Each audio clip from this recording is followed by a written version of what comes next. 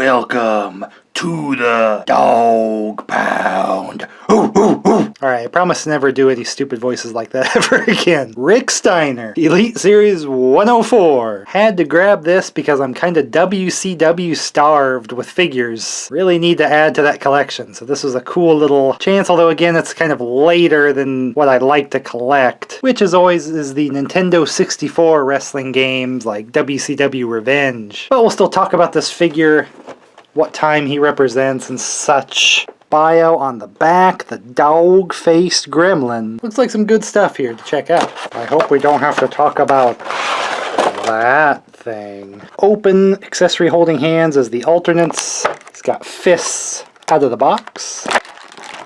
Woof, woof. So out of the box, he's got his famous headgear on. Oh wait, that's just a plastic strap to keep the accessories on, like the shades. So no, he doesn't have the wrestling headgear he was kind of famous for, because this is kind of... I tried to find exactly when he kind of went to this look. Best I can come up with is middle of 1999, because earlier in 1999 he still had the wrestling headgear. He has his sunglasses and bandana. He was trying to do a little more modern look for himself. Actually kind of going heel here, but he has his custom jacket that he had for quite a while actually. Dog Faced Gremlin with the little doggies on the shoulder. Isn't that cute? Beware of the dog. So this jacket is done up really well with all the decals and coloring, even the zippers and buttons and stuff colored in as well, but it's just that stiff plastic where you couldn't articulate the arms at all. So if you display him with this, he's just stuck with that. But it just opens up in the front. Pretty seamless with the printing there, with the buttons that have that.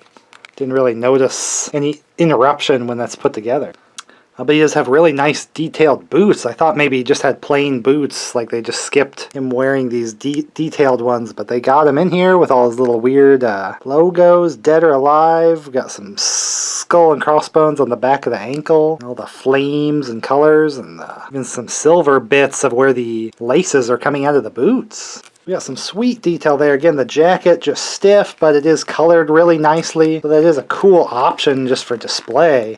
You just won't be able to hold much. But let's get that off.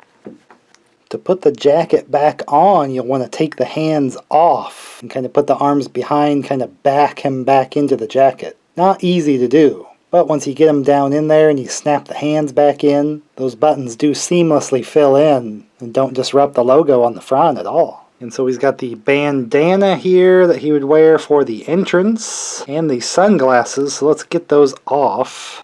Of course he has the dog collar, still kept that little bit of the gimmick, but that just comes off like a little piece there too. Little sleepy looking, but dang, this face looks really great for him. I mean, sometimes it's easier to do for people with a lot of facial hair, but a little bit of the different dyed goatee part. The hair looks really awesome, so he just super incredible likeness. Even though he's in the box, he's covered up with all the bandanas and sunglasses. Probably would leave the dog collar on at least if you did take off the bandana and shades, just because that was such an iconic look for him. Got his tattoo on the arm. I usually don't comment on what the tattoos are, but I mean here he kind of has the gimmick related dog, so that is kind of cool. Still getting the enhanced elbows going on these. We got Bite Me on the back, one of his little catchphrases on the mic. Not the most charismatic dude, but usually if wrestlers just kind of yell, then they're entertaining enough on the mic to pass. So this is later like WCW, where he split from his brother Scott Steiner that's joined the NWO, which I'm still waiting for my NWO Scott Steiner figure. And since this is his later look, I would still be open to getting like a headgear, older Steiner. Although for my collection range, the NWO Scott Steiner makes more sense, so I'd still would like just a singles Rick. I don't need a tag team of them for my personal range of collecting. So another one just kind of reminds me of other figures I need. It's always like an endless cycle. It's always like, okay, we got Rick Steiner now I need Scott Steiner, you know, other related to all these kind of feuds, Buff Bagwell, stuff like that. But a pretty big WCW guy. He is like a heel here with this look with the bandana and stuff, but he was using this jacket even when he was still kind of face. You could just maybe put the dog collar on him and just kind of use him as just a face WCW guy, Rick Steiner. Still a little versatile, but he is supposed to be kind of that later 1999 to 2000s heel that would kind of team up again with his NWO brother. And I just wanted to say I collect these kind of remembering the past, you know, it's just like the nostalgia kind of thing. I'm not really taking into account the people that they are maybe nowadays, just trying to remember how they were on the TV before when I was just kind of a kid enjoying wrestling, getting to play games, watch the TV late at night, just kind of chasing the fun of that. I don't want to let too much modern stuff ruin my enjoyment of what was before.